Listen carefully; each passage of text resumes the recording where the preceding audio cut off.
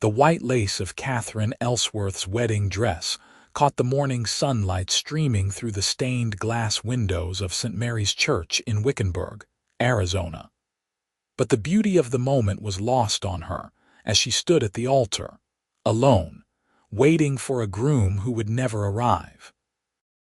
The year was 1878, and the small frontier church was packed with nearly every soul in town, their whispers growing louder with each passing minute.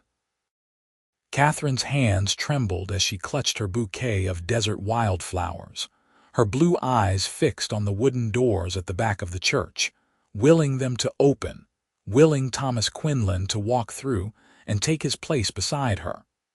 But those doors remained stubbornly closed.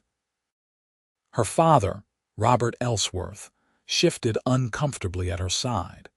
He had walked her down the aisle 15 minutes ago, and protocol dictated he should have already taken his seat, but he refused to leave his daughter standing there alone.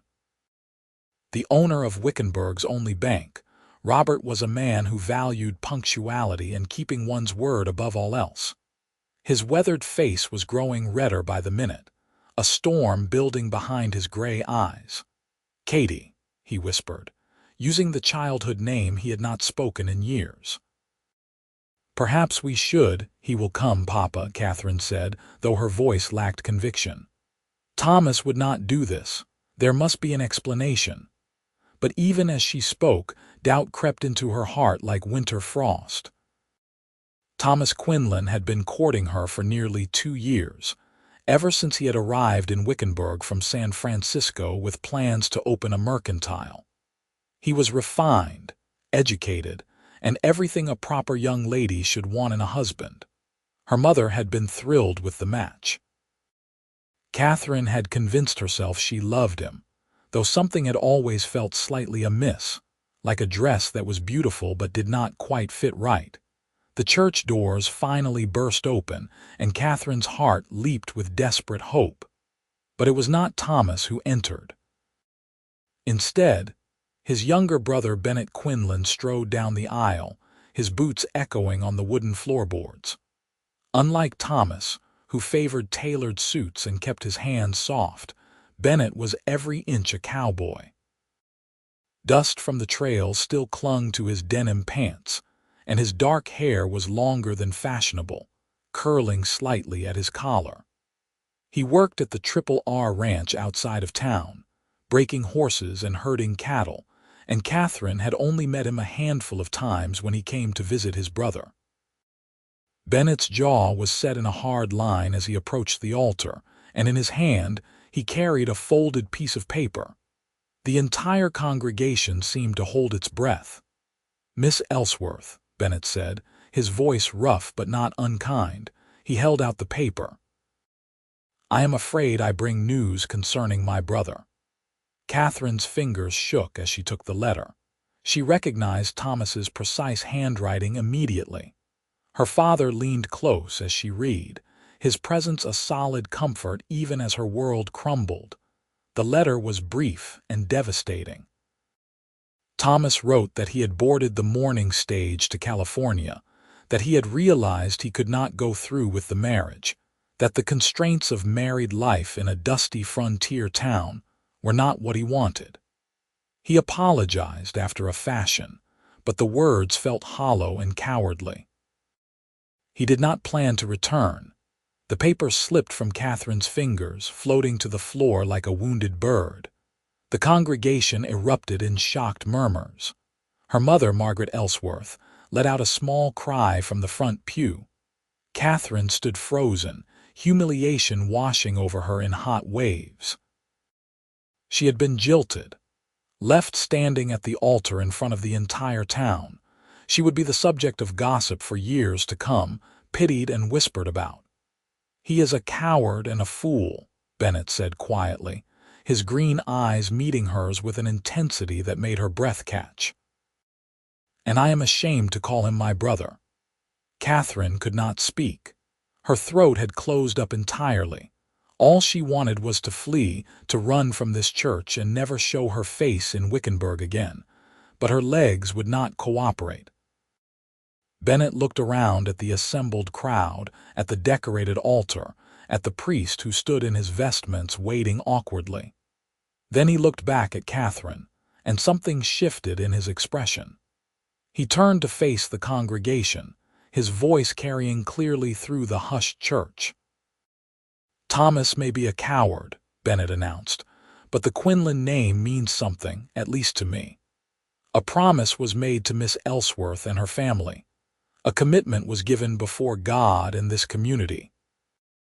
He turned back to Katherine, and to her complete shock, he took her hand in his calloused, work-roughened one. His touch was warm and steady, an anchor in the chaos. "Miss Elsworth, Katherine," he said, his voice dropping lower, meant just for her even though everyone strained to hear. "I know we barely know each other. I know this is not what you planned or what you wanted. But I cannot stand by and watch you humiliated because of my brother's weakness. If you will have me, if you can find it in yourself to take a chance on a simple cowboy instead of a merchant, I will marry you today. Right now. I will not leave you standing here alone." The church exploded in whispers and gasps. Katherine stared at him, unable to process what he was offering. Marry Bennett Quinlan. A man she had barely spoken to, but what choice did she have? To walk out of this church unmarried would mark her as a rejected woman, damaged goods. No respectable man would court her after this. She would live under the shadow of this day for the rest of her life. And yet, as she looked into Bennett's eyes, she saw something there that she had never quite seen in Thomas's gaze: honesty, strength. A quiet determination that spoke of a man who kept his word. "Why would you do this?" she whispered. "Because it is the right thing to do," Bennett said simply. "Because you do not deserve this shame, and because any man who would leave you standing here is a damned fool." Her father cleared his throat. "Katie, you do not have to do this. We can weather the gossip. I will not have you forced into a marriage out of desperation." But Katherine was already making her choice. Perhaps it was pride. Perhaps it was practicality. Or perhaps it was the way Bennett's hand felt in hers, solid and real in a way Thomas's touch had never quite managed. "I will marry you," she said, her voice gaining strength. "Bennett Quinlan, I will marry you."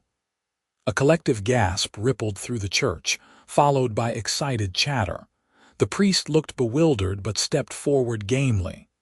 "Then we shall proceed," Father O'Brien said, adapting to the bizarre turn of events with admirable grace. "Though I must ask, do you have a ring?" Bennett released Katherine's hand and reached into his vest pocket. He pulled out a simple gold band, worn smooth with age. "It was my grandmother's," he said quietly. "I have carried it since she passed as a reminder of home. It is not fancy, but it is real gold, and it comes with my promise to honor you and care for you as a husband should."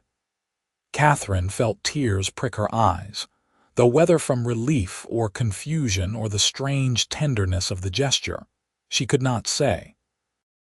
This was not how she had imagined her wedding day. She was supposed to marry refined Thomas Quinlan and live above his mercantile, hosting tea parties and managing his accounts. Instead, she was about to marry a cowboy who smelled of leather and horses and the wide open desert. The ceremony proceeded in a blur. Bennett's responses were steady and sure, his voice never wavering. Katherine's voice shook slightly, but she made it through her vows. When Father O'Brien pronounced them man and wife, Bennett leaned down and pressed a chaste kiss to her cheek, his lips warm against her skin. "Thank you," he murmured against her ear. "I know this is not what you wanted, but I give you my word, Katherine Quinlan. I will do everything in my power to make you happy." Then he was leading her back down the aisle, her hand tucked into the crook of his elbow. The congregation stood, some faces shocked, others amused, still others sympathetic. Katherine held her head high, drawing on every ounce of dignity her mother had drilled into her since childhood. She was married now, truly and legally married, though to the wrong brother entirely. Outside the church, the June sun blazed down on them. The wedding reception was supposed to be held at the hotel, with food and dancing and celebration. But Katherine could not imagine going through with it now, not like this. "I cannot face them all," she said quietly. "I cannot pretend to celebrate," Bennett nodded. "I understand. Let me speak with your father." Robert Elsworth emerged from the church, his face a complicated mixture of relief and concern. Margaret followed, dabbing at her eyes with a handkerchief. Bennett stepped forward, placing himself slightly between Katherine and the emerging crowd. "Mr. Elsworth, I know this is highly irregular," Bennett said. "I have no house to offer your daughter.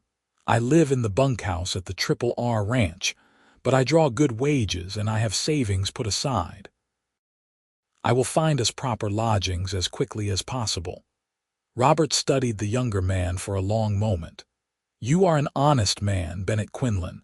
I have heard the ranch hands speak of you. They say you are fair and hardworking, that you keep your word." "I try to be, sir." "Then I am grateful my daughter has a husband, even if not the one we expected." Robert glanced at Katherine. "You may stay in your old room tonight if you wish, Katie, both of you. We can sort out the practicalities tomorrow." But Bennett shook his head. "With respect, sir, Katherine is my wife now. It would not be proper for her to remain under your roof. The hotel has rooms available. I will see us settled there for tonight, and we will make plans from there." Margaret Elsworth looked like she wanted to protest, but Robert laid a hand on her arm. "He is right, Margaret.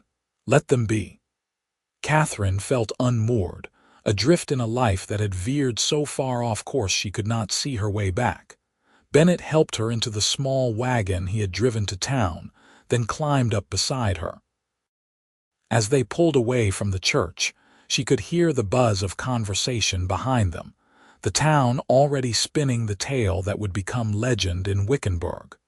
The hotel was only a few streets away. The owner, Mrs. Henderson, had already heard the news somehow, gossip traveling faster than wildfire in a small town. She clucked and fussed over Katherine, shooting Bennett suspicious glances even as she took his money for the room. "I have put you in our finest accommodation, Mrs. Henderson said, handing over the key. "Room 7 at the end of the hall, quiet and private."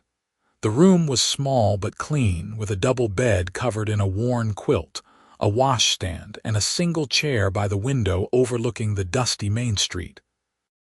Katherine stood in the center of the room, still in her wedding dress, feeling utterly lost. Bennett set his hat on the chair and ran a hand through his dark hair. "Katherine, I want you to know that I will not press any husbandly rights upon you, not until you are ready, if ever you are ready. This marriage may be legal, but I know it was born of desperation, not desire. I will not take advantage of that." She turned to look at him, really look at him for the first time. He was younger than Thomas by 3 years, which would make him about 25 to her 22. Where Thomas had been pale from indoor work, Bennett was tanned from long days under the sun. His face was lean and angular, with a strong jaw and those startling green eyes. He was handsome, she realized with some surprise, in a rough, unpolished way. "You are being very kind," she said quietly. "Kinder than you need to be. You are my wife," Bennett said simply. "Kindness seems the minimum requirement. I do not understand you. You sacrificed your freedom, your future, for a woman you barely know. Why?" Bennett was quiet for a moment, looking out the window at the desert landscape beyond the town. "My father was not a good man," he said finally. "He drank and gambled, and he broke every promise he ever made. My mother suffered for it until the day she died. Thomas, he always was more like our father than he cared to admit, charming and smooth-talking but selfish at the core." He looked back at Katherine. "I swore I would never be like them. When I saw you standing there, abandoned, I knew I could not let Thomas's cowardice destroy you. It was not a sacrifice. It was a choice. Katherine sank down onto the edge of the bed, exhaustion crashing over her. I thought I loved him, she whispered. Thomas, I mean. He was everything I was supposed to want, but you know, if I am honest, I am not certain I am even heartbroken. I am humiliated and angry, but my heart does not actually ache. What does that say about me? It says you are practical, Bennett said, a hint of a smile touching his lips. And honest with yourself, which is rarer than you might think. He moved to the door. I will leave you to rest. I need to speak with my foreman at the ranch, explain what has happened. I will be back before dark. Bennett, Katherine called as he reached for the doorknob. Thank you, truly. You saved me today. He tipped an imaginary hat to her, a gesture that was pure cowboy. All in a day's work, Mrs. Quinlan. Then he was gone, and Katherine was alone with her thoughts and her rumpled wedding dress, and a marriage to a stranger that was now her reality. She unpinned her veil and removed the orange blossoms her mother had woven into her dark hair. She had been so particular about every detail of this wedding, choosing fabrics and flowers and menu items with such care. And it had all been for nothing. Or perhaps not nothing, she corrected herself. She had still gotten married, just to a completely different man. There was a knock at the door, and her mother entered without waiting for permission, carrying a carpet bag. I brought you some things, Margaret said briskly. A nightgown, a change of clothes, your hairbrush. I assumed you would not want to return home for them. Thank you, Mama. Margaret set the bag down and turned to study her daughter. Are you all right, Katherine? I do not know, Katherine admitted. I do not know what I am. Her mother sat beside her on the bed, reaching for her hand. Bennett Quinlan is a good man from what I understand. Rough around the edges, certainly, not what we planned for you, but good. That counts for more than you might think. Do you think he will come to resent me? I have trapped him into a marriage he never wanted. From what I witnessed, the trapping was entirely his idea, Margaret pointed out. He could have simply delivered that letter and walked away. Instead, he stepped forward. That was his choice, Katherine. Do not burden yourself with guilt over a decision he made freely.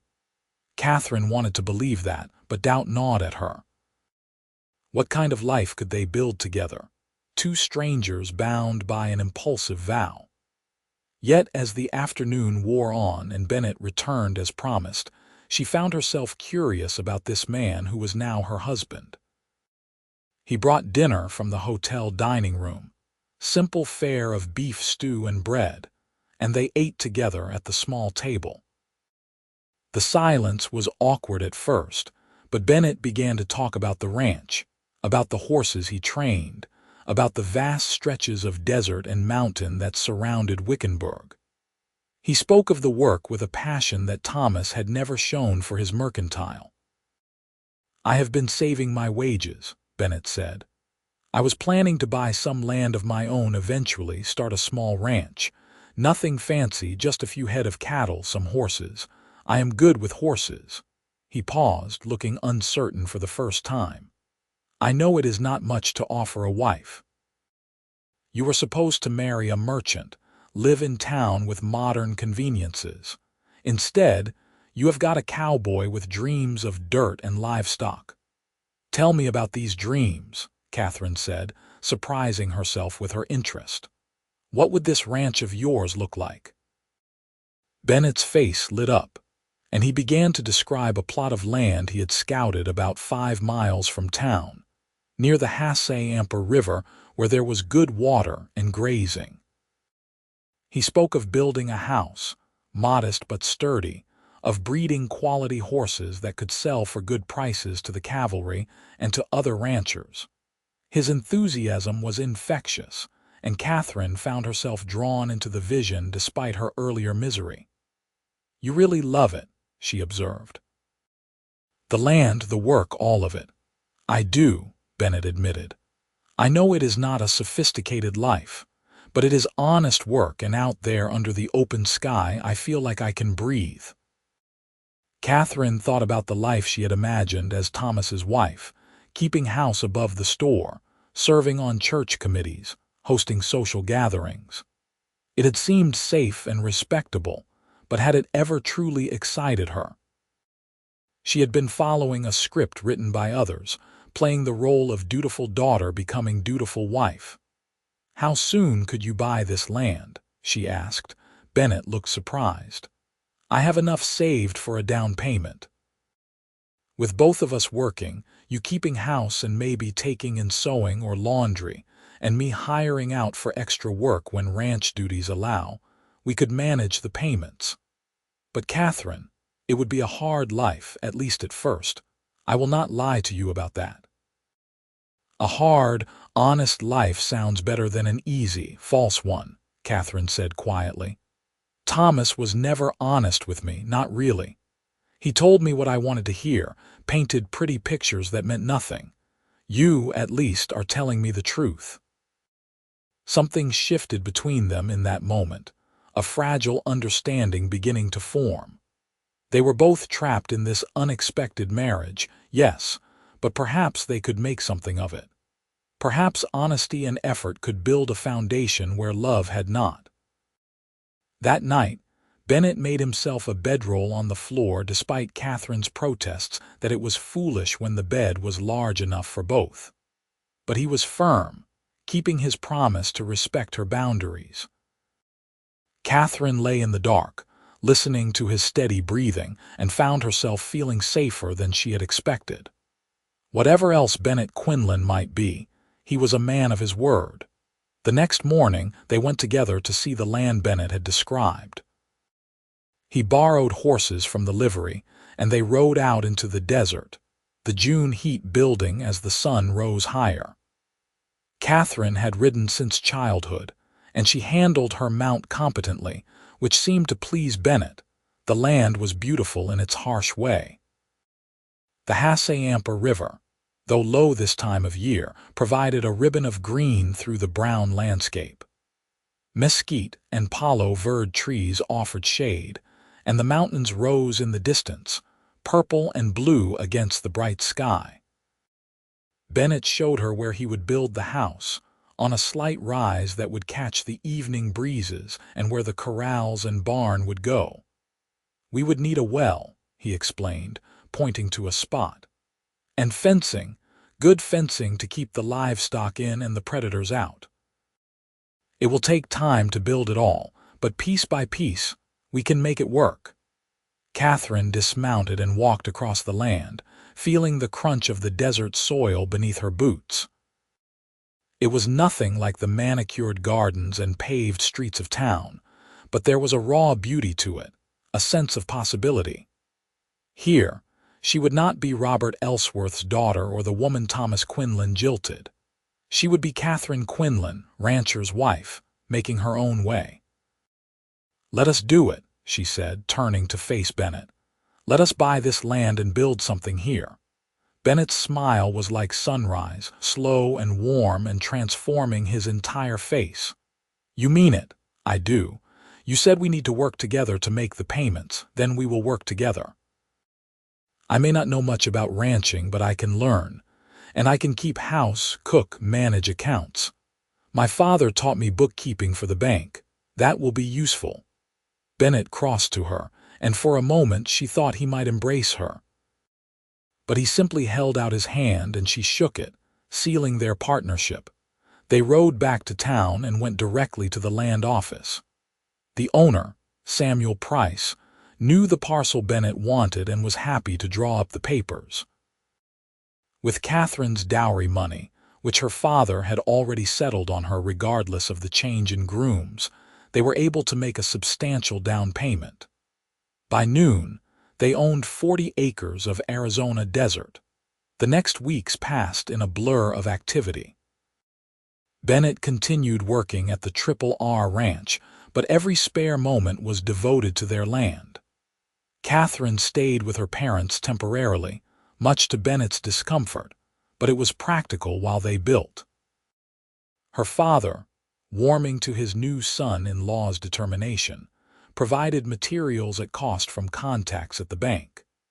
Other men from town, curious or sympathetic or simply bored, came out to help raise the frame of the house.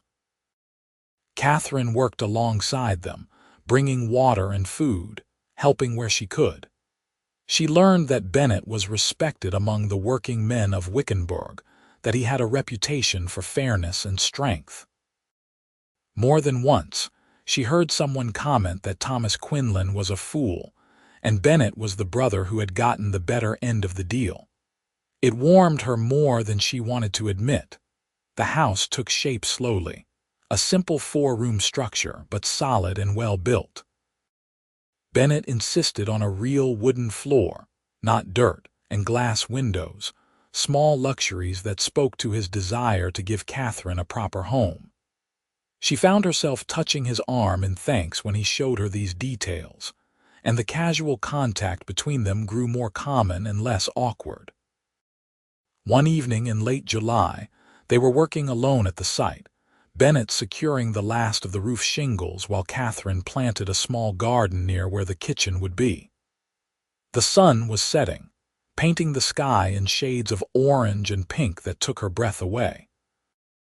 "It is beautiful here," she called up to him. "I never noticed before living in town. The sky, I mean, the colors." Bennett climbed down the ladder and came to stand beside her, wiping sweat from his brow. "It is one of the things I love most about this country. The sunsets, the storms rolling in across the desert. It changes every day, but it is always beautiful." Katherine looked up at him, at this man who had become her husband in the strangest of circumstances. He had kept every promise he made to her. He had worked himself to exhaustion to build them a home. He had been patient and kind and respectful, never pressuring her, never making her feel like an obligation. And somewhere along the way, her feelings had begun to shift. "Bennett," she said softly, "I want to thank you for all of this. For what you did that day at the church and for everything since." "You do not need to thank me, Katherine. You are my wife. This is what a man should do for his wife." "But I was not truly your wife," she said. "Not in the full sense. Our marriage was a convenience, a rescue. And yet you have treated me with more consideration than Thomas ever did, and he was supposedly courting me." Bennett looked uncomfortable. "Thomas was a fool." "Yes, he was." Katherine took a breath, gathering her courage. "The house is nearly finished. We will be able to move in soon. And when we do, I want this to be a real marriage, Bennett, in every way." His eyes widened. "Katherine, you do not have to. I know I do not have to," she interrupted. "I want to. These past weeks, getting to know you, working beside you, I have come to care for you. This marriage may have started as an impulsive rescue, but it does not have to stay that way. We can choose to make it real. I can choose that." Bennett reached out and cupped her face gently in his calloused hand. "I have been half in love with you since the day I met you," he admitted roughly. "Thomas brought you to the ranch once, about a year back, do you remember? You wore a blue dress and laughed at something, and I thought you were the prettiest thing I had ever seen. But you were my brother's intended, so I kept my distance. When I saw him ready to abandon you, part of me was glad, God help me, because it meant I might have a chance." Katherine's heart pounded. "You never said anything. How could I? You had just been jilted by the man you thought you loved. I was not going to burden you with a confession when you were trying to adjust to our arrangement." His thumb traced her cheekbone. "But if you are telling me you have feelings for me, that you want this marriage to be real, then Katherine, there is nothing I want more." She rose on her toes and kissed him, a tentative press of lips that quickly deepened as Bennett wrapped his arms around her and pulled her close. It was her first real kiss, she realized. Thomas had been chaste in his courtship, never more than a brief peck on the cheek. But this was something else entirely. Heat and promise and a connection that made her fingers curl into Bennett's shirt, When they finally broke apart, both breathing hard, Bennett rested his forehead against hers. "I will make you happy," he promised. "I swear it, Katherine. I will spend the rest of my life making sure you never regret choosing me." "I do not regret it," she whispered. "Not anymore. Maybe not ever if I am honest. Thomas leaving was the best thing that could have happened to me because it brought me to you." They stood there in the gathering dark, holding each other, while the desert cooled around them and the stars began to emerge in the vast sky overhead. Katherine felt a peace settle over her that she had never experienced before. This was right. This marriage, this man, this life they were building together. It was all exactly right. The house was finished by mid-August, and they moved in with little fanfare. Katherine's mother provided linens and dishes, her father a sturdy table and chairs. Bennett's few possessions from the bunkhouse fit in a single trunk. It was not much, but it was theirs, and that made it precious. Their wedding night, delayed by 2 months, was sweet and tender. Bennett was gentle, patient with Katherine's inexperience, and when he held her afterwards, she felt cherished in a way she had never imagined. This was what marriage was supposed to be, she thought. Partnership and passion, respect and desire all woven together. In September, Bennett bought their first cattle, 6 heifers and a bull, using the last of his savings. Katherine learned to help with the morning milking, to make cheese and butter, to manage the vegetable garden that was thriving in the irrigated soil near the house. Bennett brought in 2 wild horses and began the slow process of breaking them to saddle, and Katherine watched in admiration as he worked with quiet confidence and skill. They fell into a rhythm, working hard during the day and falling into each other's arms at night. Bennett proved to be an attentive husband in every sense, and Katherine bloomed under his care. She found herself laughing more, relaxing into a version of herself she had never known existed. The girl who had stood frozen at the altar was gone, replaced by a woman who could rope a stray calf and cook a decent stew and kiss her husband breathless under the stars. In October, Katherine realized her monthly courses had not come. She waited another week to be sure, then another before she told Bennett. His reaction was everything she could have hoped for. He lifted her off her feet and spun her around, laughing with pure joy, before setting her down carefully as if she were made of glass. "A baby," he kept saying. "We are going to have a baby." "You are happy?" Katherine asked, though his reaction made the answer obvious. "Happy, Katherine, I am thrilled, terrified but thrilled." He placed a hand gently on her still flat stomach. "Our child. A family. The pregnancy progressed well." Katherine experienced some morning sickness, but nothing severe. Her mother visited often, bringing advice and baby clothes she had saved from Katherine's infancy. Even Margaret seemed to have warmed to Bennett, particularly when she saw how attentive he was to Katherine's every need. Winter in Wickenburg was mild compared to the Northern Territories, but there were cold nights when they huddled close to the fireplace. Bennett made sure they had plenty of firewood stocked, and he traded work with neighbors to ensure everything was ready for the baby's arrival. He built a cradle from smooth pine, sanding it for hours until there was not a splinter to be found. In March of 1879, Katherine went into labor. It was long and difficult, and Bennett paced outside the bedroom where her mother and the town midwife, Mrs. Chen, attended her. When the baby's first cry finally pierced the air, he burst into the room, propriety forgotten. "A boy," Mrs. Chen announced, handing the squalling infant to Katherine. A big, healthy boy. Katherine, exhausted and sweat-soaked, had never seen anything more beautiful than her son's red face. Bennett knelt beside the bed, tears streaming unashamedly down his face as he touched the baby's tiny hand. "He is perfect," Bennett whispered. "You are perfect. Katherine, thank you." They named him James after Bennett's grandfather, the one who had given him the ring Katherine now wore. Little James Quinlan was indeed healthy, with a powerful set of lungs and his father's dark hair. Bennett proved to be a devoted father, taking James with him on simple chores once the baby was a few weeks old, carrying him in a sling Katherine fashioned from soft cloth. Life on the ranch was demanding, but they were managing. The cattle herd grew, and Bennett's reputation for training quality horses brought buyers from as far as Prescott and Phoenix. Katherine kept the books and managed the household, and together they made enough to meet their land payments and slowly improve their property.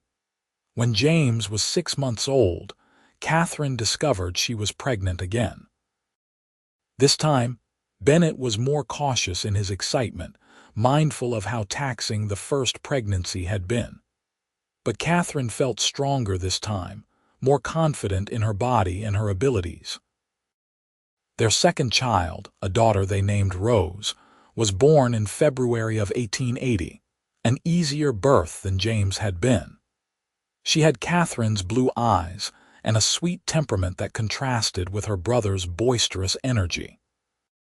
Bennett doted on both children equally, and Katherine often found him in the evenings with a child on each knee, telling them stories or singing old songs his mother had taught him. The ranch continued to thrive. By 1881, they had a proper barn, expanded corrals, and 20 head of cattle. Bennett hired occasional help during busy seasons, usually young men looking to learn the trade. Katherine's garden produced abundantly, and she traded excess vegetables in town for other goods. They were not wealthy, but they were comfortable and happy. One summer evening, when James was running around the yard chasing chickens and Rose was napping inside, Katherine and Bennett sat on the porch they had added to the house. The sun was setting in its usual spectacular fashion, and Bennett had his arm around Katherine's shoulders. "Do you ever think about that day?" Katherine asked quietly. "At the church?" "Sometimes," Bennett admitted. "Do you?" "Yes. I think about how frightened I was, how humiliated, and I think about you walking down that aisle with Thomas's letter. At the time, it felt like my world was ending." She looked up at him. "I had no idea it was actually beginning." Bennett kissed the top of her head. "I was so angry at Thomas that day, not just for what he did to you, but because he was throwing away something precious without even realizing it. The chance to build a life with you, to earn your love, to have all of this." He gestured at the ranch, the children, everything they had created. He gave it all up because he was too selfish and short-sighted to see the value in it. "You ever hear from him?" "No. Last I heard, he was in San Francisco, working as a clerk in some shipping office. Never married. I used to think I would want to see him again someday to tell him what a mistake he made. But honestly, I do not waste much thought on him anymore. My life is here, with you and our children." "He is just a footnote in our story," Katherine smiled. "A very important footnote, though. Without his cowardice, we would never have found each other. True enough. I suppose I should thank him for that, if nothing else." Bennett stood and pulled Katherine to her feet. "Come on, Mrs. Quinlan. Let us get these children fed and bedded down. I have plans for you later." Katherine laughed, the sound rich and full. "Do you now?" "I do indeed," he said, pulling her close for a kiss that still made her heart race after 3 years of marriage. Life was not always easy on the ranch. There were droughts and sick cattle, horses that proved impossible to train, payments that came due at inconvenient times. In 1882, a wildfire threatened their property, and Bennett and several neighbors fought for 2 days to keep it from reaching the buildings. Katherine stood ready with wet blankets and water, praying desperately that their home would be spared. By the grace of God and the determination of good men, the fire was turned back just 100 yards from their barn. Through it all, they faced each challenge together. When Katherine was ill with a fever, Bennett nursed her with the same tenderness he showed the children. When Bennett broke his arm after being thrown from a particularly ornery stallion, Katherine managed the ranch work with help from hired hands, proving she had learned far more than she realized over the years. Their family continued to grow. In 1883, another son arrived, whom they named Robert after Katherine's father. The elder Robert Elsworth had passed away the previous year, and Katherine wanted to honor his memory.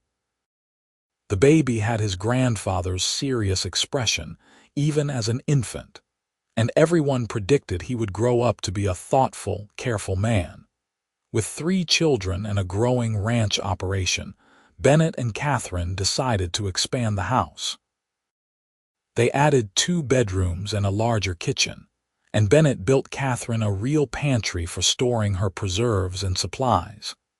The improvements made life easier, but more importantly, they reflected how far they had come from that first small structure.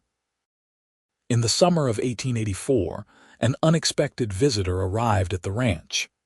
Katherine was hanging laundry while the children played nearby when she saw a man riding up the path. As he drew closer, her heart nearly stopped. It was Thomas Quinlan.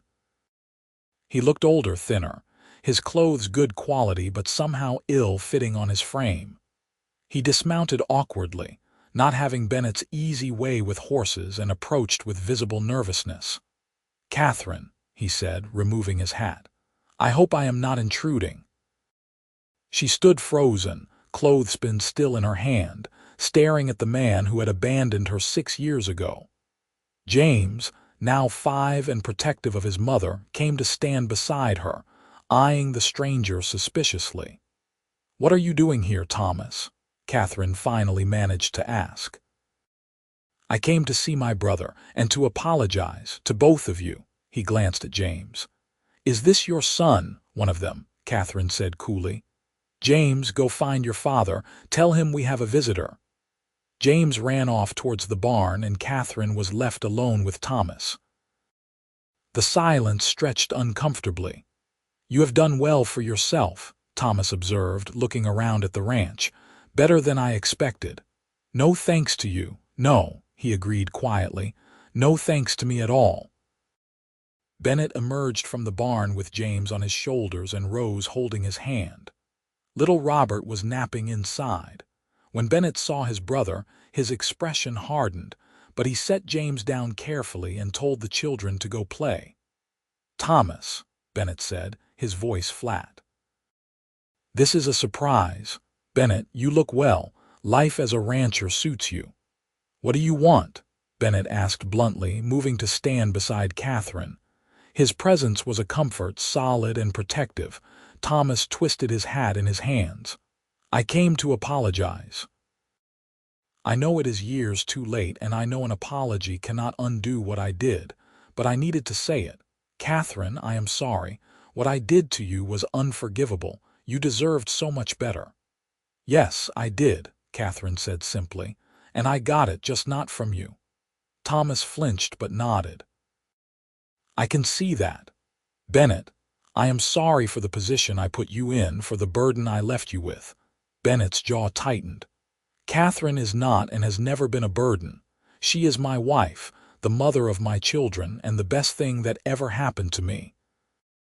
If you came here expecting me to commiserate about being trapped, you wasted your journey." "That is not why I came," Thomas said quickly. "I can see you are happy, both of you. That is more than I can say for myself." "What happened to the life you wanted in San Francisco?" Katherine asked. Thomas laughed bitterly. "I realized too late that what I wanted and what would make me happy were not the same thing. I have a decent job, a nice apartment, everything I thought mattered. But I am alone, Katherine. I threw away my chance at a family, at a partnership, at everything real and meaningful because I was too foolish to appreciate it when I had it." There was a part of Katherine that felt satisfaction at his admission, a small, petty part that wanted him to suffer as he had made her suffer that day in the church. But the larger part of her, The woman who had been shaped by 6 years of hard work and genuine love, simply felt pity. "I forgive you," she said, surprising herself. "Not because you deserve it, but because holding on to anger takes energy I would rather spend on my family. You made a choice that day, Thomas, and so did Bennett. Your choice led you to loneliness and has led us to this." She gestured at the ranch, the playing children, the life they had built. "I cannot regret how things turned out." Thomas's eyes were suspiciously bright. "Thank you. That is more grace than I had any right to expect." He turned to Bennett. "You are a better man than I ever was, brother." "I hope you know that." Bennett's expression softened slightly. "I just made different choices, Thomas. Better choices, as it turns out, but I cannot pretend I am superior. I just found what mattered and held on to it." Thomas stayed for dinner, at Catherine's invitation. It was awkward at first, but the children's chatter filled the silences. James pestered his uncle with questions, and Rose showed off her collection of smooth stones. By the end of the meal, some of the tension had eased. As Thomas prepared to leave, he shook Bennett's hand and kissed Catherine's cheek. "Be happy," he said simply. "You both deserve it." They watched him ride away into the gathering dusk. Bennett pulled Katherine close and she leaned into his warmth. "How do you feel?" Bennett asked. "Grateful," Katherine said honestly. "Grateful that he left, grateful that you stepped forward, grateful for every choice that led us here." "Is that terrible?" "Not terrible at all," Bennett assured her. "Just honest. That is one of the things I love most about you, Katherine. You are always honest with me and with yourself." "I learned it from you," she said, turning in his arms to face him. "You have never been anything but truthful with me, even when the truth was hard. Even that very first day, you told me exactly what you were offering and what it would mean. That honesty built everything we have." Bennett kissed her, slow and deep, the kind of kiss that still made her toes curl after 6 years of marriage. "Come on," he murmured against her lips. "Let us get these children to bed. I want some time alone with my beautiful wife." The years continued to pass, marked by seasons and growth. The children thrived. James grew tall and strong like his father, with a natural way with horses that suggested he would take over the ranch someday. Rose was clever and kind, always reading when she could get her hands on books. Robert was indeed thoughtful, watching and learning before he acted, displaying a caution that balanced his siblings' more impulsive natures. In 1886, Katherine and Bennett celebrated their 8th anniversary, and Katherine discovered she was pregnant once more. This pregnancy was harder than the others, perhaps because she was now 30 and had 3 active children to care for. But Bennett was vigilant, taking over more of the household tasks and hiring a young woman from town to help with the cooking and cleaning.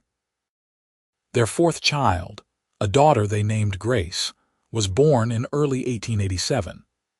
She was small but healthy, with a cap of red gold hair that came from neither parent but perhaps from some distant ancestor.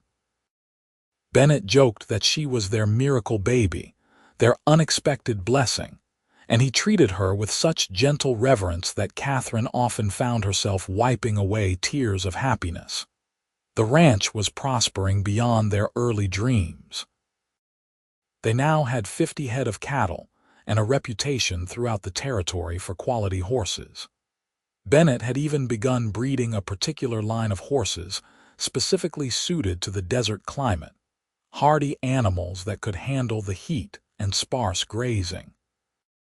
Buyers came from across Arizona and into New Mexico to purchase Quinlan horses. With success came the ability to make improvements and investments. They built a proper bunkhouse for hired hands, expanded the barn again, and dug a second well. Bennett bought Katherine a new stove from a catalog, a beautiful cast iron model that made cooking far easier. She cried when it arrived, not from sadness but from the sheer thoughtfulness of the gesture. In 1890, When James was 11, he asked his father to teach him to break horses. Bennett was hesitant, knowing the danger, but Katherine reminded him that their son needed to learn, and better from his father than from someone else. So Bennett began the instruction, patient and thorough, teaching James to read a horse's body language, to move with quiet confidence, to never use force when gentle persistence would work better. Rose, at 10, declared she wanted to be a teacher. She was already helping the younger children with their letters and numbers, displaying a natural gift for instruction. Katherine and Bennett began setting aside money for her education, determined that their children would have opportunities they had lacked. Robert, at 7, was fascinated by the business side of the ranch. He followed his mother around when she did the books, asking endless questions about costs and profits and investments. Katherine thought he might grow up to be a banker like his grandfather, but Bennett suspected he would find a way to apply his numerical gifts to ranching. And Grace, at 3, was simply a joy. She was the baby everyone doted on, sweet-natured and curious, toddling after her siblings and trying to do everything they did. Life was not without challenges. The drought of 1891 was severe, and they had to drive the cattle further and further from the ranch to find grazing. Several animals were lost, and money was tight for a while. But they weathered it together, as they had weathered every other storm. In 1892, tragedy struck when Katherine's mother passed away after a brief illness. Katherine grieved deeply for the woman who had guided her through so much, and Bennett held her through the dark nights when the sorrow felt overwhelming. Margaret Elsworth had come to love Bennett as a son, and he mourned her passing as well, but life continued, as it always does. The children grew and changed. James, at 13, was already taller than his mother and working alongside his father as a true partner in the ranch work. Rose was deep into her studies, reading everything she could find and corresponding with a teacher in Prescott about attending the normal school there to get her teaching certificate. Robert had developed an interest in irrigation techniques and was constantly sketching plans for better water management. And Grace was 5 now, starting to learn her letters and showing early signs of her mother's determination. In the fall of 1893, Bennett and Katherine stood together watching the sunset from their porch, as they had done countless times over the 15 years since their unexpected marriage. The house had been expanded and improved, the land was thriving, and their children were healthy and happy. It was more than either of them had dared to dream that frantic day in June of 1878. "You remember what you said to me that first night?" Katherine asked. "In the hotel room," Bennett thought for a moment. "I said a lot of things. You said you would make me happy. That you would spend your life making sure I never regretted choosing you." "I remember," Bennett said quietly. Katherine turned to face him, reaching up to touch his weathered face. 15 years of sun and wind had etched lines around his eyes, and silver was starting to thread through his dark hair. But to her, he was as handsome as ever and far more dear. "You kept that promise," she said softly. "Every single day, Bennett, you have kept that promise. I have never regretted choosing you, not once, not even for a moment." Bennett pulled her close, holding her as if she were precious beyond measure. "You made it easy. Loving you, building this life with you, it has been the greatest privilege of my existence. Even though you never planned for any of it, even though I was supposed to be your brother's wife, especially because of that," Bennett said firmly. "Thomas could not see what he had. His loss gave me everything I ever wanted, even though I did not know I wanted it until I saw you standing there in that church. Sometimes I think about what would have happened if Thomas had shown up that day, if he had gone through with the wedding. The thought makes me cold, Katherine." The idea of you married to him, of never having this, of our children never being born, it is unbearable." "Then it is good he was a coward," Katherine said with a smile. "The best thing he ever did for either of us." They stood together in the fading light, two people who had built a life from an impulsive vow and a shared determination to honor their commitments. The ranch spread out around them, a testament to their partnership. Their children's laughter drifted from the house where James was playing a game with the younger ones. Over the next few years, the children continued to pursue their paths. Rose left for the normal school in Prescott in 1895, writing home faithfully every week about her studies and her growing confidence as a teacher. It was hard for Katherine to let her go, but she was proud beyond measure of her daughter's ambition and intelligence. James, at 16, was already making a name for himself as a horseman. He had his father's gift and patience, and buyers specifically requested horses trained by young James Quinlan. Bennett swelled with pride watching his son work, seeing his own passion reflected in the next generation. Robert, at 12, was indeed applying his mathematical mind to ranching. He had designed a better irrigation system for the garden and was studying breeds of cattle to determine which would be most profitable in their climate. Bennett joked that Robert would make them all rich with his schemes, but there was genuine respect in his voice. Grace, at 8, was turning out to be a talented artist. She filled pages with sketches of the desert landscape, the animals, her family. Katherine saved every drawing, already imagining a future where Grace's art might bring beauty to the world. In 1897, Bennett turned 44 and Katherine 41. They were no longer young, but they were healthy and active, still working side by side on the ranch they had built. They had paid off the land years ago and now owned it outright, along with an additional 20 acres they had purchased when a neighbor decided to move back east. That spring, Rose came home from Prescott with news. She had been offered a teaching position in Wickenburg, at the very school she had attended as a child. She would be moving back home, or at least to a small house in town, to begin her career. Katherine could barely contain her joy at having her daughter close again, but Rose had more news. There was a young man, a fellow teacher named David Harris, who had been courting her. He was kind and educated, with a passion for learning that matched her own. They wanted to marry in the summer.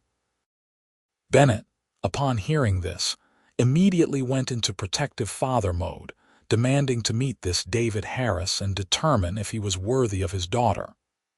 Rose laughed and assured him that David would be visiting soon, and her father could interrogate him all he liked. When David arrived in June, Bennett subjected him to the sort of scrutiny he usually reserved for evaluating horses. But even Bennett had to admit that the young man was respectful, intelligent, and clearly besotted with Rose. The wedding was set for August, to be held at the same church where Bennett and Katherine had married in such dramatic fashion 19 years earlier.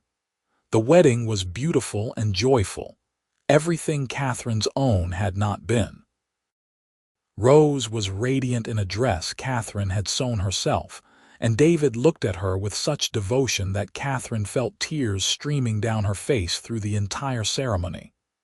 Bennett held her hand, his own eyes suspiciously bright. "Our little girl," he whispered. "She is happy," Katherine whispered back. "That is all that matters." After the ceremony at the reception held at the hotel, Bennett stood to give a toast. "I am not good with fancy words," he began, and several people laughed knowingly, "but I want to say this. 19 years ago, I stood in that same church and made a vow to a woman I barely knew. It was impulsive and crazy, and I have never regretted it for a single second. Marriage is not about perfect beginnings. It is about what you build together after you say the words." "Rose, David, I hope you build something as strong and beautiful as what your mother and I have created. And I hope you are as happy as we have been." Katherine squeezed his hand, loving him so much in that moment she could barely breathe. All around them, people raised their glasses, and the celebration continued. James, now 18 and considered one of the finest horsemen in the territory, had attracted his own share of attention from young ladies. But he seemed content to focus on the ranch, telling his parents he would think about marriage when he was older. Bennett did not push, remembering that he himself had been 25 when he married. Robert, at 14, was corresponding with the agricultural college in Tucson about their programs. He wanted to learn the latest scientific approaches to ranching and bring that knowledge home to apply to the family business. Bennett and Katherine encouraged him wholeheartedly, proud of his ambition and foresight. Grace, at 10, was quieter than her siblings but possessed a deep well of determination. She continued to draw and paint, and Katherine had begun sending some of her work to relatives in other towns, hoping to find someone who could provide proper art instruction. In 1899, the century was drawing to a close, and Wickenburg held a grand celebration on New Year's Eve to mark the transition to 1900. Bennett and Katherine attended with all 4 children, now young adults or nearly so. They danced together in the town square, and when the clock struck midnight, Bennett kissed his wife in front of everyone, not caring who saw. 22 years, he said when they broke apart. 22 years since I made the best decision of my life. 21 and a half, Katherine corrected with a laugh. We married in June, not January. Close enough, Bennett said, pulling her back into his arms. The new century brought changes. Rose and David welcomed a son in 1901, making Katherine and Bennett grandparents for the first time. Little Thomas Harris, named for David's father, was a squalling, red-faced bundle of energy, and Bennett was utterly smitten with him. I thought I could not love anyone as much as I love our children, he told Katherine, holding the baby with practiced ease. But this little one has stolen my heart entirely. Katherine laughed, watching her strong cowboy husband reduced to cooing nonsense at an infant.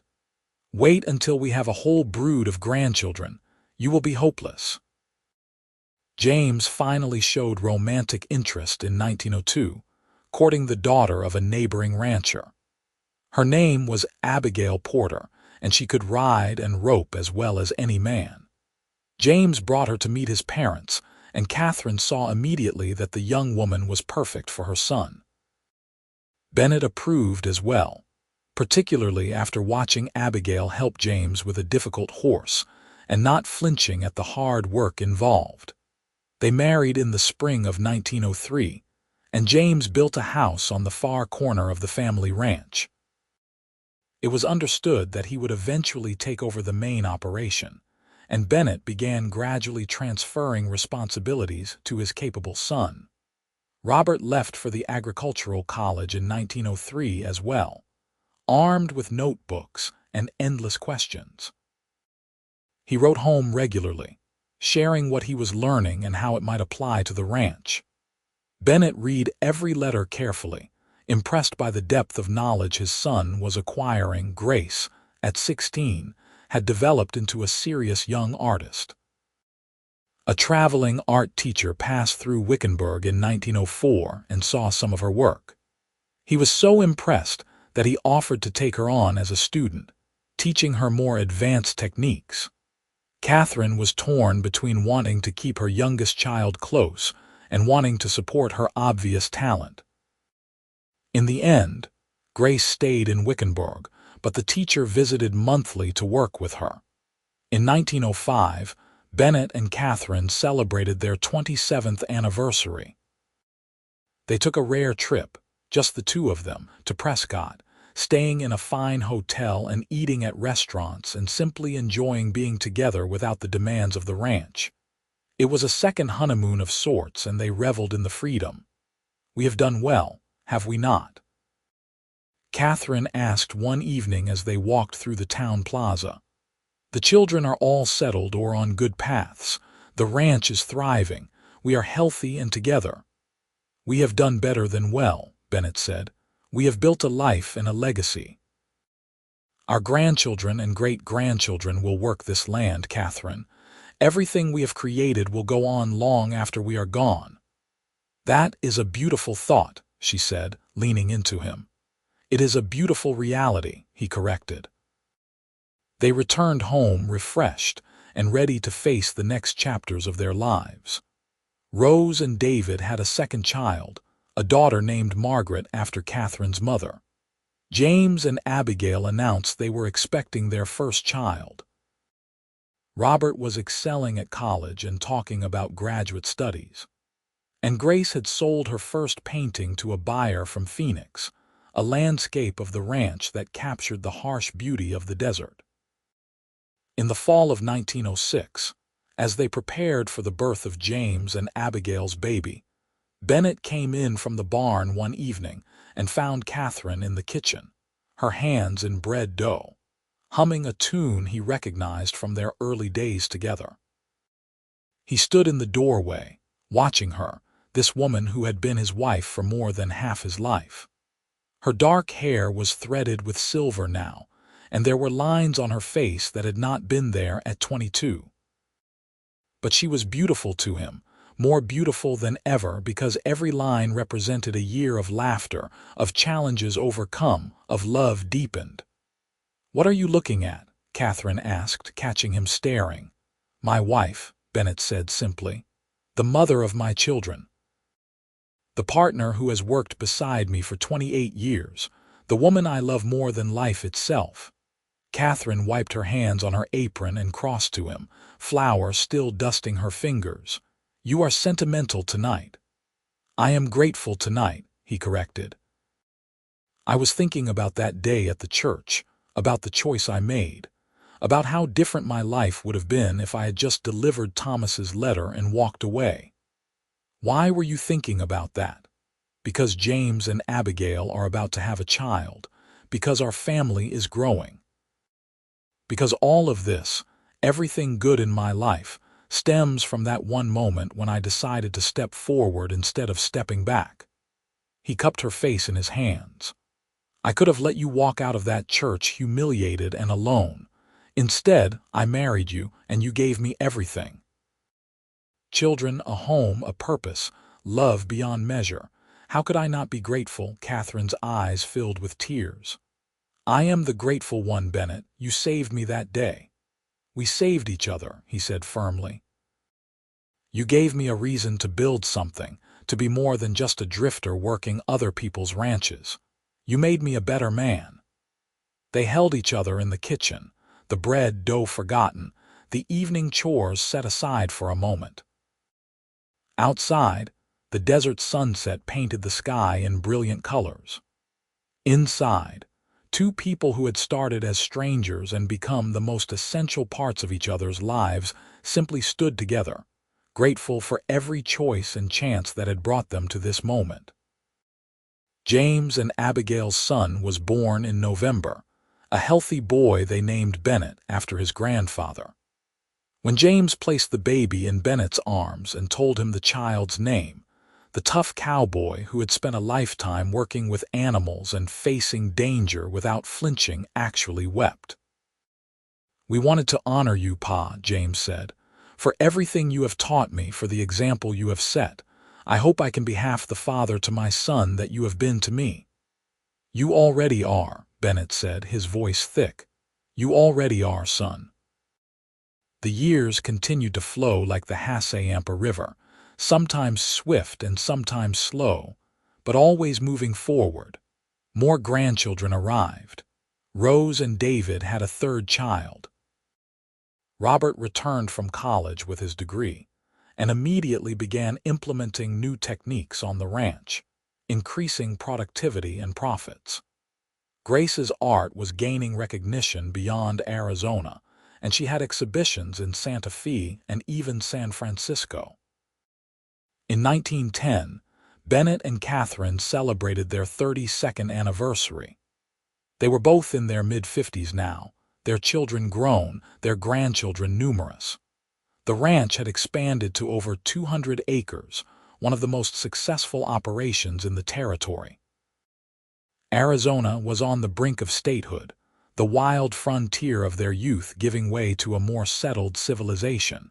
But some things never changed. Bennett still rose before dawn to check on the horses. Katherine still kept the books and managed the household with quiet efficiency. And every evening, whenever possible, they sat together on the porch and watched the sunset, talking about the day, about the children, about plans and dreams and memories. "You ever wonder what Thomas is doing?" Katherine asked one evening.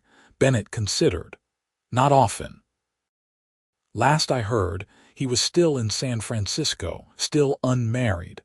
I hope he has found some measure of peace, but honestly, I do not think about him much anymore." "I do not either," Katherine admitted, "but sometimes I think about thanking him. If he had been a better man, if he had honored his commitment, I would have married him and never known this life, never known real love." "Do you think you could have been happy with him?" Katherine shook her head slowly. "No, I think I would have been content, perhaps, or resigned, but not happy. Not like this. What you and I have, Bennett, this was never possible with Thomas. He wanted a wife as an accessory, a decoration. You wanted a partner." "I wanted you," Bennett said simply. "From that very first day, even though I had no right to you, I wanted you. And then, miraculously, I got you. Every day since has been a gift." "You are going to make me cry," Katherine said, wiping her eyes. "Good tears, I hope." "The best tears," she confirmed. In 1912, Arizona finally achieved statehood and Wickenburg celebrated with appropriate fanfare. Bennett and Katherine attended the festivities with their ever-growing family. They posed for a photograph, all 4 children with their spouses, and the multitude of grandchildren ranging from toddlers to young teenagers. Katherine looked at that photograph later and marveled at what she and Bennett had created from such an inauspicious beginning. James was fully running the ranch now, with Bennett serving more as an advisor than an active participant. Robert had married a woman from Tucson and was working for the Agricultural Extension Service, helping other ranchers improve their operations. Rose was a beloved teacher in Wickenburg, with 3 children and a husband who adored her.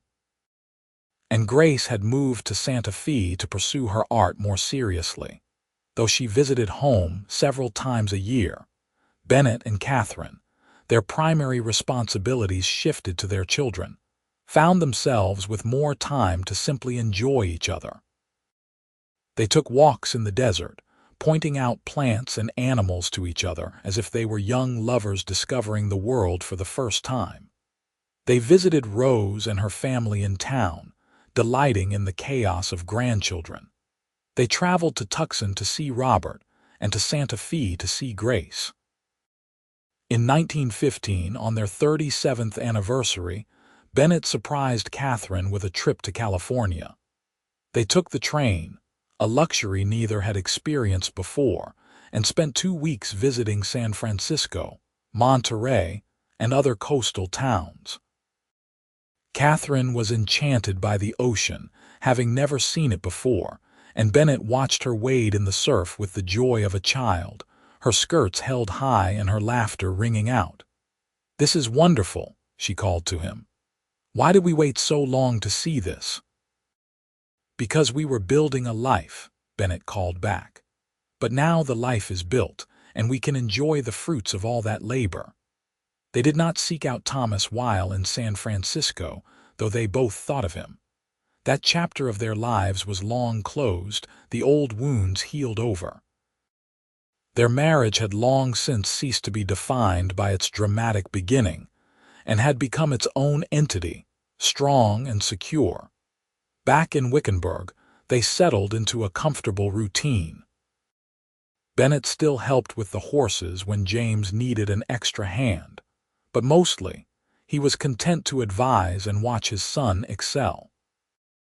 Katherine kept house on a smaller scale, with just the two of them to care for now, though the kitchen was always ready to welcome whichever children or grandchildren might drop by.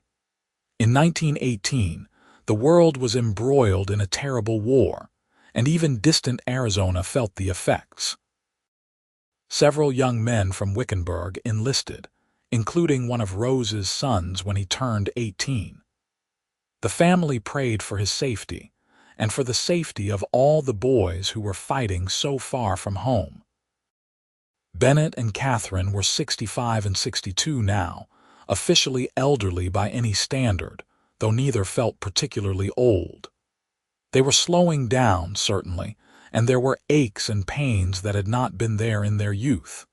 But they were together, and that made everything bearable. One evening in the fall of 1920, 42 years after their wedding, Bennett and Katherine sat on their porch watching yet another spectacular sunset. The ranch spread out before them, maintained now by James and his sons, but still recognizable as the dream they had built together. 42 years, Katherine said softly, longer than many people even live. Best 42 years anyone could ask for, Bennett replied, holding her hand.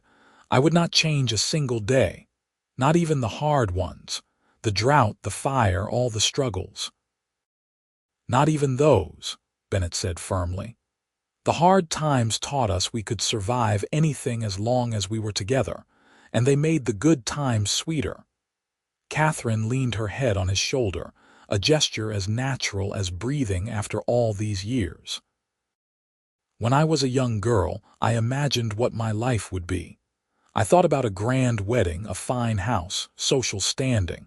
I thought those things would make me happy. And instead, you got a hastily rearranged ceremony, a ranch house in the desert, and a cowboy for a husband.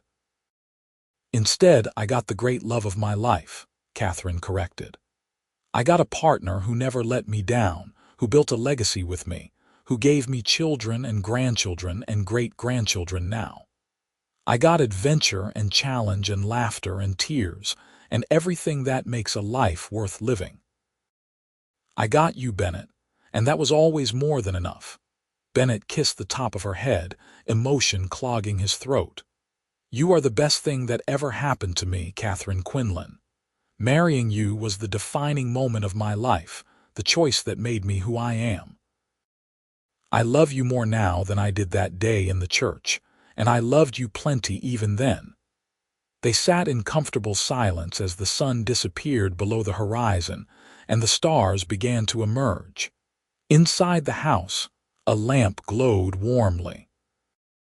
Somewhere in the distance, a coyote called and cattle lowed softly, the sounds of the desert they had claimed as their own. The next morning they woke early as they always did. Bennett made coffee while Katherine started breakfast, a routine so well practiced they barely needed words. James stopped by mid-morning with little Bennett, now 14 and already showing signs of becoming a fine horseman like his father and grandfather. Thought you two might like some company, James said. This one is supposed to be studying, but he wanted to see the horses. Horses are more educational than books any day, Bennett declared, winking at his grandson. Come on, boy. Let me show you how that new mare is coming along. Katherine watched them go, 3 generations of Quinlan men, and her heart swelled with pride and love. This was the legacy she and Bennett had created. Not just the land and the buildings, but the family, the values, the love that was passed down and multiplied with each generation. Over the next few years, Bennett's health began to decline. Nothing dramatic, just the slow weakening that comes with advanced age. He was 70 by 1923, and while his mind was as sharp as ever, his body was not as cooperative as it once had been. Katherine, at 67, was in better health, but she had her own aches and limitations. They moved to a smaller house on the property, leaving the main house to James and Abigail and their family. It was hard for Bennett to step back even further, but Katherine reminded him that they had raised their son well, and it was time to trust him to carry on. "You built something lasting," she told him one evening. "Look at this ranch, at our children, at all these grandchildren and great-grandchildren. You created a legacy, Bennett Quinlan. You can be proud of that." "We created it," he corrected. "Nothing I did was without you beside me." In the spring of 1925, the family gathered to celebrate Bennett and Katherine's 47th anniversary. All 4 children were there, along with their spouses, children, and even some great-grandchildren. The ranch was alive with activity and laughter, and Bennett sat in his chair, watching it all with deep contentment. "You did good, Pa," James said quietly, kneeling beside his father's chair. "Everything you and Ma built, it is going to last. I will make sure of it, and my boys after me." "I know you will, son," Bennett said, his voice weaker than it once had been but still full of love. "You are a better man than I ever was." "That is not true, and you know it," James said firmly. "You are the best man I have ever known. You showed me what it means to keep your word, to work hard, to love your wife and family above all else. Everything I am, I learned from you." Bennett clasped his son's hand, unable to speak past the lump in his throat. Around them, the celebration continued, the family he and Katherine had created thriving and growing. That night, after everyone had left or bedded down in various corners of the property, Bennett and Katherine lay together in their bed. He held her close, as he had done for 47 years, her head resting on his chest. "Thank you," he whispered into the darkness. "For what?" Katherine asked. "For saying yes that day. For taking a chance on a cowboy you barely knew. For building this life with me. For loving me even when I did not deserve it." "You always deserved it," Katherine said softly. "From that very first moment when you stepped forward and offered to marry me, you deserved it. You saved me, Bennett, and then you loved me.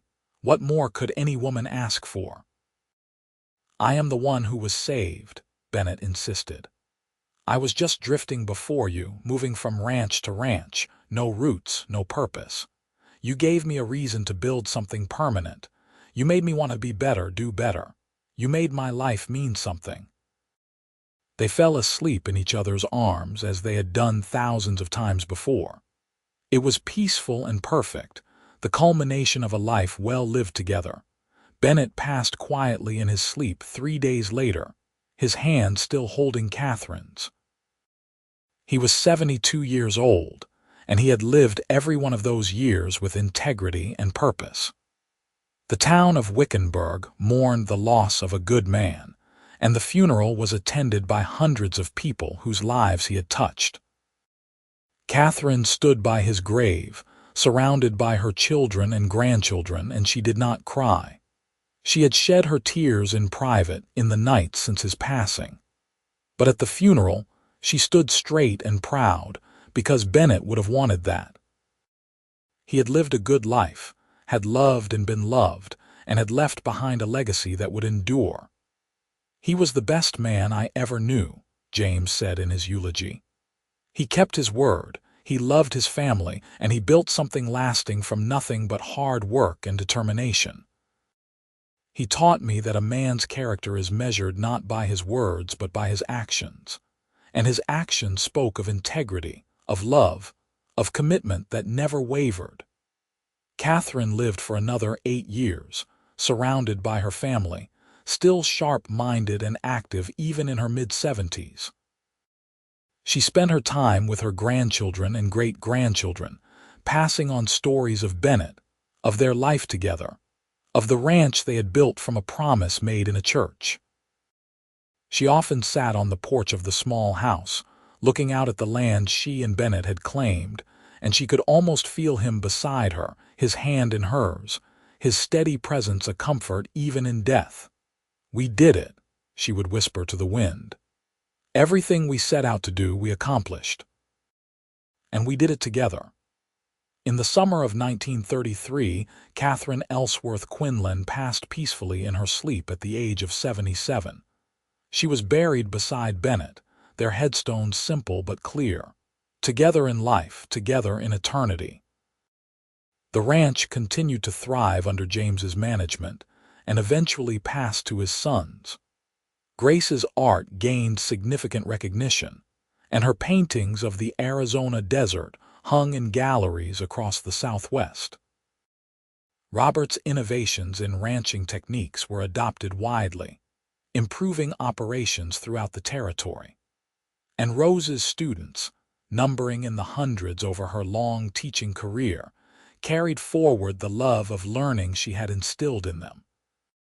But more than these individual accomplishments, Bennett and Katherine's true legacy was the family they had created, the values they had passed down, the example they had set of what love and commitment and partnership could build. Their story became a family legend, told and retold to each new generation. The tale of how the groom left Katherine at the altar, and how his cowboy brother stepped forward and said, "I will not let you stand here alone," became a testament to choosing love over convenience, to honoring commitments, to building something meaningful from unexpected circumstances. It was a story of the Wild West, yes, but more importantly, it was a story of two people who found each other in the most unlikely of ways and created a life that mattered. The ranch still stands today, worked by the descendants of that cowboy and the woman he saved, a monument to the power of a single choice, a single moment, a single vow that changed everything. And in Wickenburg, Arizona, when people speak of true love and lasting commitment, they still sometimes mention Bennett and Katherine Quinlan, the couple whose marriage began in chaos and ended in perfect peace, having proven that the best beginnings are not always the ones we plan, but the ones we have the courage to embrace.